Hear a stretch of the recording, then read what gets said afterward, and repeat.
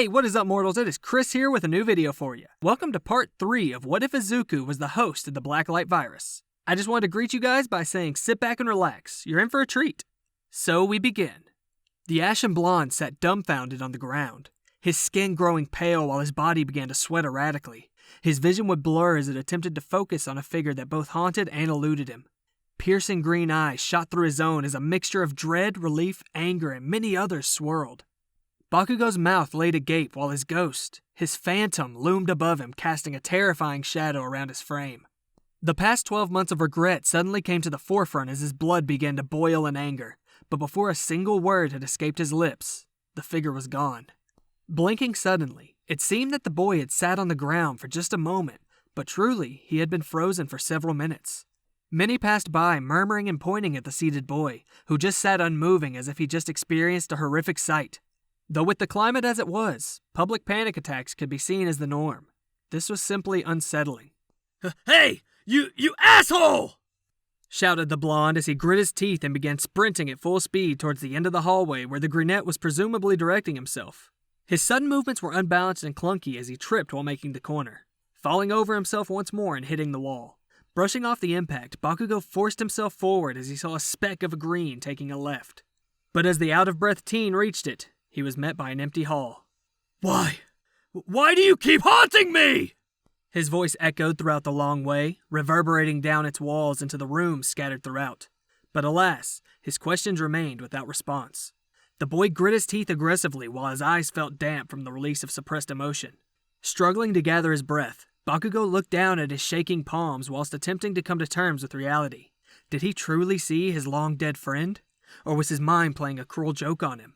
The thread of thought that conflicted the youth was then promptly cut as he could feel a hand lightly touch his shoulder. Jerking away violently from the interaction, the boy's breath still shook as he struggled to focus. Just a foot behind the anger-prone teen was Shinzo, his brow lifted with a concerned look on his face. You, okay there, Blondie? Who are you talking to?" Bakugo stared at the messy-haired teen across from him for just a second before shifting his gaze down and biting his tongue. Balling his fist up, he seemed ready to pounce, but strangely, his grip relaxed, walking away without a word. "Okay then. I don't know what I expected. Try not to yell at the walls, alright? You're making the rest of us look bad, okay?" joked the indigo-haired boy as he awkwardly waved his classmate away. Shortly after the exchange, Tokoyami appeared with a puzzled expression on his face, wordlessly asking his friend about the situation. Shinzo shrugged his shoulders in response, showing his inclusion in the confusion, as the only thing that was certain was that Bakugo was not well.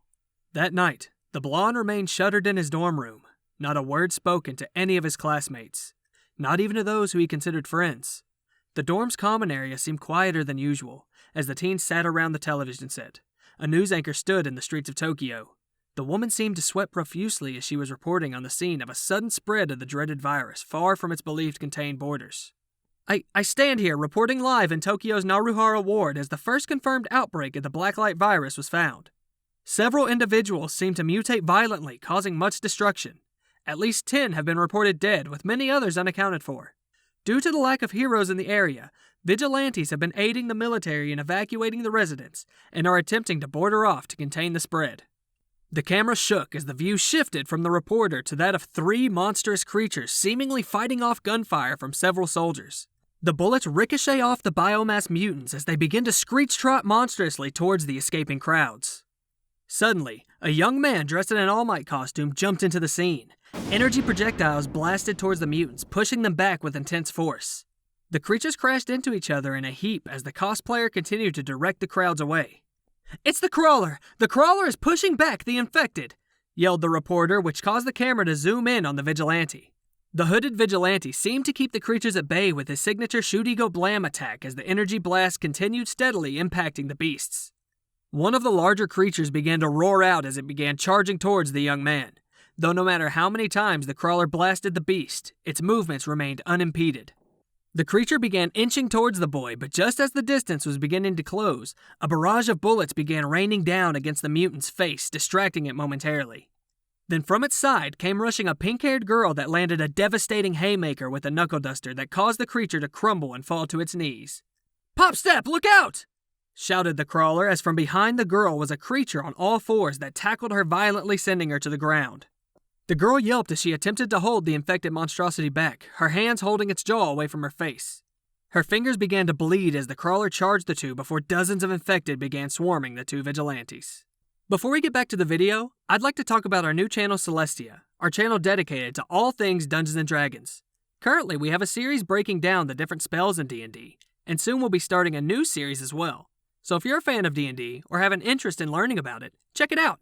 Additionally, if there's something you've always wanted to see get made into a video, head over there and leave a comment mentioning it.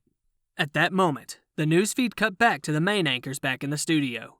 The faces of the normally calm and collected news personalities were devoid of color as the uncertainty of the situation left them speechless. The members of Class 1A sat staring at the events on the screen, silence overtaking the room. It seemed that the spread of the virus was seemingly inevitable. But was there an end in sight? Would they as heroes someday be able to help stop the spread and eradicate this threat? That and many other thoughts flooded the minds of the hero hopefuls as one by one retired for the night. The following day, Class 1A went on with its usual activities. The usual bickering aside, it was a normal school day. But several classes down, a new element would be added to the proceedings. In the homeroom of Class 1B stood the pro hero Vlad King, teaching his pupils until a knock was felt at the door.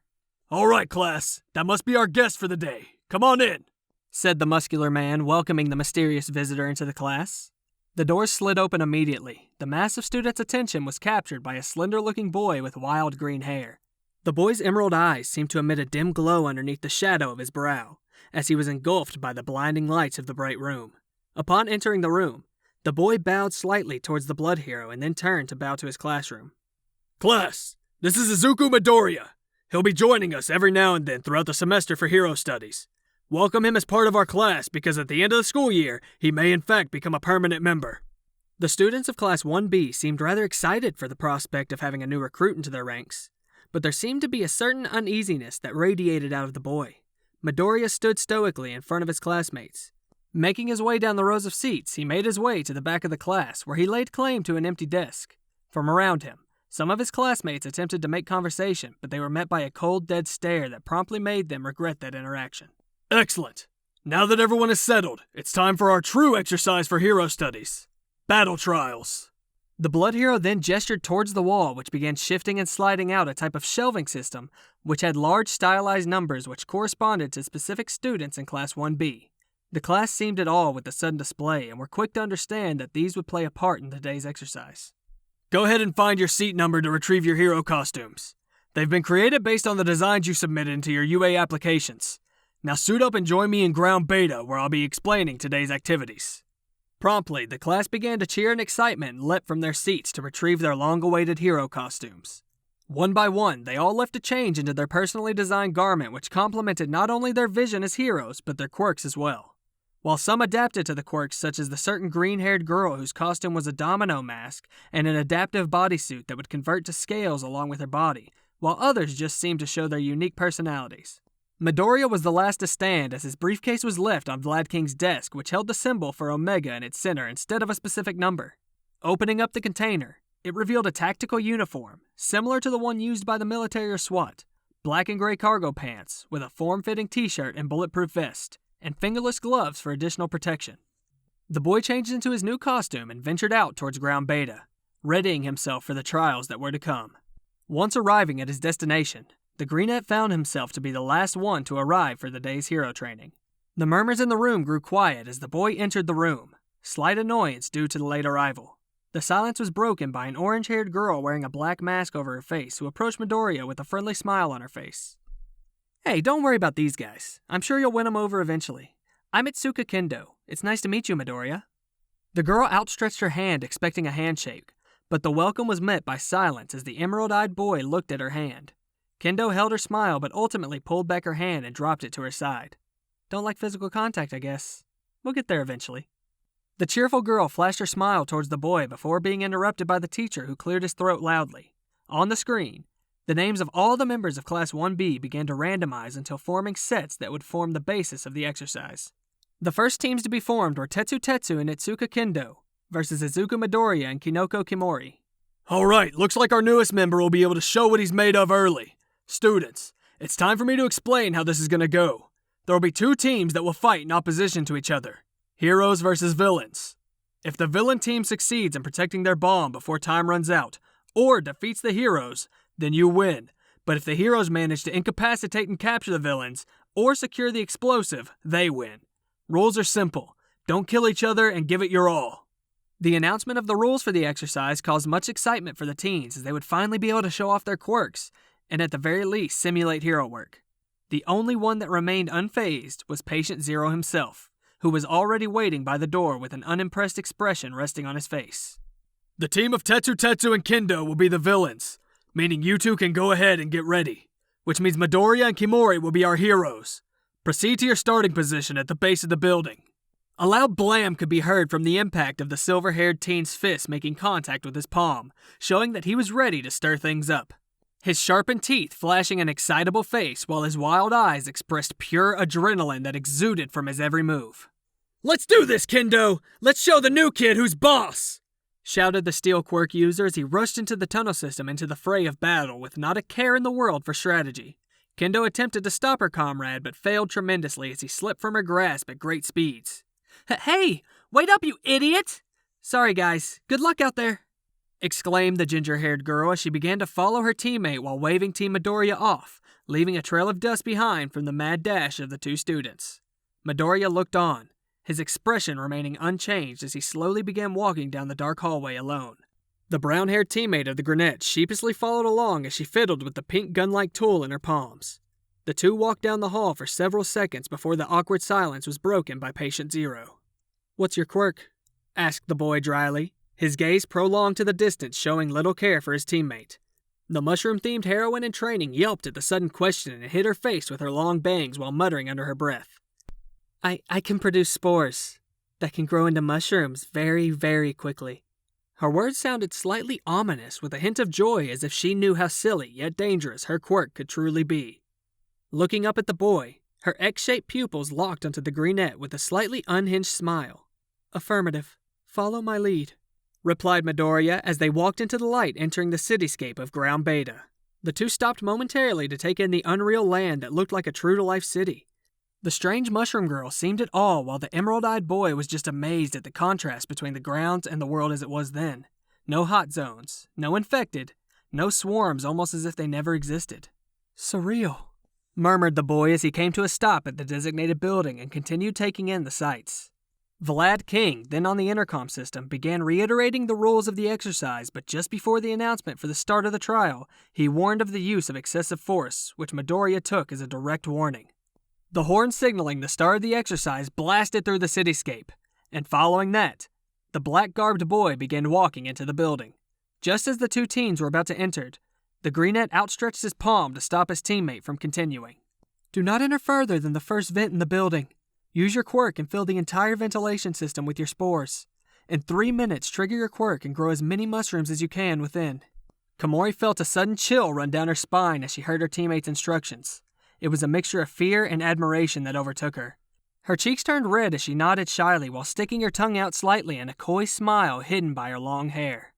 Midoriya entered the building, his head up high as he began using his superhuman senses to take in the space.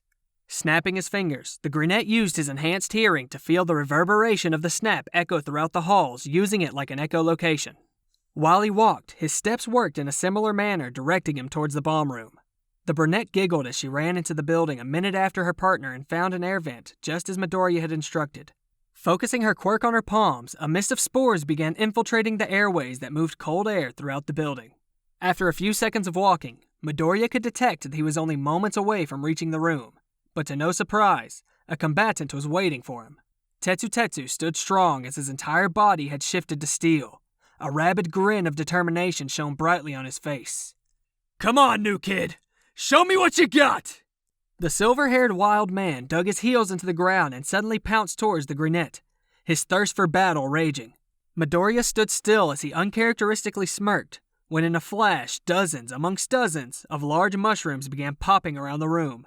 The sudden obstacle in the way of the Silver Ravager caused him to trip and tumble into a patch of fungi which quickly began appearing on his metal skin.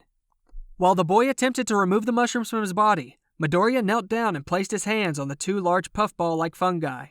While eyes were on the steel quirk user, the Grenette began to infect the spores with his viral powers, turning them black. The patch around him began to quickly transmit the viral straight through until a small radius around him was completely black. Lifting his palms, the freshly grown mushrooms began to liquefy and absorb into the boy. His eyes began to glow an ethereal red as the masses of biomatter began covering his arms and turning his hands into living clubs. His hands covered in the mass looked like Jack's spiked gauntlets that with enough force could easily become deadly. "Harmless enough," mumbled the teen as his opponent then rushed towards him blindly, not noticing the transformation that occurred in his distracted state. With a simple twist of his frame, Midoriya backhanded the steel quirk user with such force that he was immediately sent soaring back through the wall. The side of the building crumbled as the steel boy nearly fell out of the building itself. Hanging by the edge of the tall structure, the teen breathed heavily as he was nearly knocked out by the impact. A trail of blood began pouring down the silver-haired teen's brow as his steel skin was shattered by the blow. What in the hell just happened?" shouted the teen as he struggled to catch his breath while his grip began to slip and his vision was blurred by the outpour of blood. Blindly, he swung his body and crashed through the window, but soon after re-entering the building, his stamina ultimately was depleted and his body gave way to unconsciousness. In the observation room, the white-haired instructor's skin grew pale as he felt a sense of danger and outright dread. The transformation the mushrooms underwent was similar to how an infected individual would mutate into one of the hordes of the Blacklight virus. He was only told that the boy was special and that he had been added to UA by the Public Safety Commission directly. Was it even safe for this child to be amongst the other students? That was something he had to question Principal Nezu on later in the day. "Students, continue with the exercise. We'll be sending the medical personnel to assist Tetsu Tetsu." Upon hearing the loud boom from the room below and the announcement from Vlad King, Kendo felt a tinge of nervousness strike her. A very powerful member of her class was taken down in a matter of seconds, and she was now alone in her fight against the hero team. "Calm down, Kendo. You can do this," said the girl, hyping herself up for the eventual encounter. She then used her quirk to enhance the size of her fists to a massive size, almost like cartoonishly large boxing gloves. The silence in the bomb room felt deafening, as the ginger-haired girl held her stance in front of the comedically large explosive. A small drop of sweat began rolling down her cheek when the sounds of footsteps began echoing into the room. Before the teen entered the room, a trail of mushrooms began to sprout ahead of him, like a red carpet made of fungus. This alone made Kendo the slightest bit unnerved, but not more than seeing Midoriya walking into the room with his arms seemingly straight out of a horror movie. The boy's eyes glowed intensely as he slowly walked towards the girl, who now began to shake from the immense fear that was beginning to consume her. Though in a flash, she was suddenly in the air being held by her throat. The girl's fist attempted to strike Midoriya, but they seemed to bounce off as if she were hitting a wall.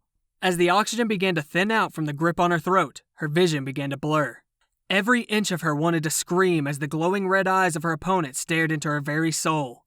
The sight of the blood-red eyes was the last thing she would see before she faded into unconsciousness due to the lack of oxygen.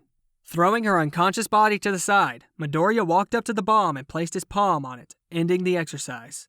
A horn blasted once more to announce the end of the trial, with medical personnel entering the bomb room and immediately attending to Kendo, as the poor girl had remained unconscious, as if her psyche itself was struck by the ordeal. Vlad King called for the two members of the hero team to return to the observation room to discuss the results of the battle trial. Midoriya, now having returned to his prior non-transformed form, walked silently into the observation deck while his partner held a goofy smile on her face, which she hid perfectly between her large hat and hair. Congratulations, you two, on successfully capturing the bomb and incapacitating the villains." The white-haired man seemed to stumble on his words slightly as he thought back on the violent actions by Midoriya and the mysterious nature of his so-called quirk. Clearing his throat, the large-framed man straightened up and continued on with his speech. "The VIP of this exercise will be Kanoko Komori. Does anyone know why?" A brown-haired boy wearing a light blue jacket was the only member of the class to raise his hand, while the others seemed to stare at the teen, worried that they may say something that would offend their new temporary classmate. Looking back between Midoriya, Vlad King, and the boy, the tension in the room was heightened. "Yes, Mr. Tsuburaba, go on." While Midoriya went ahead and demolished the competition, he seemed to care fairly little about his opponent's well-being and behaved more like a villain than a hero. While Komori used her quirk to follow the plan perfectly from a distance without harming anyone. In the end, Midoriya carried the fight, but it would not have gone so smoothly without their cooperation. Tsuburaba then looked back at Midoriya, who had his sights set on him, the Emerald Boy's eyes flashing red momentarily before fading to green. The hairs on the boy's arms seemed to stand on end from the glare as he directed his attention back to his instructor. That is correct. Remember, kids, we're here to be heroes, meaning sometimes we may have to pull our punches to avoid casualties and property damage. Just because we stop the threat doesn't mean the aftermath will be simple. Vlad King proceeded to continue the exercise by sending the next team out, and one by one, each team was able to perform in the battle trials. During the afternoon, the muscled hero kept his attention on Midoriya through his peripheral vision, with a tinge of nervousness looming around him. At the end of the day, the students were dismissed with the majority leaving towards the dorms, with the single exception being the Greenette, who rested in the secluded dormitory. After the classroom emptied, Vlad King made his way towards the office of the principal. Principal Nezu, I need answers, immediately exclaimed the blood hero as he opened the door to the room, which had the animal-like principal sitting on his desk with his signature smile on his face. He already knew why the Class 1B teacher would be in his office, as it was natural to connect the dots as soon as the boy used his abilities. Well, of course. You must have many questions. Thank you all for sticking around, and I hope you enjoyed it. Before you leave, we'd just like to let you know that We the Celestials has many other channels for your entertainment and viewing purposes. All the information you'll need is right below here in the description, so feel free to check out all the other incredible projects our team creates.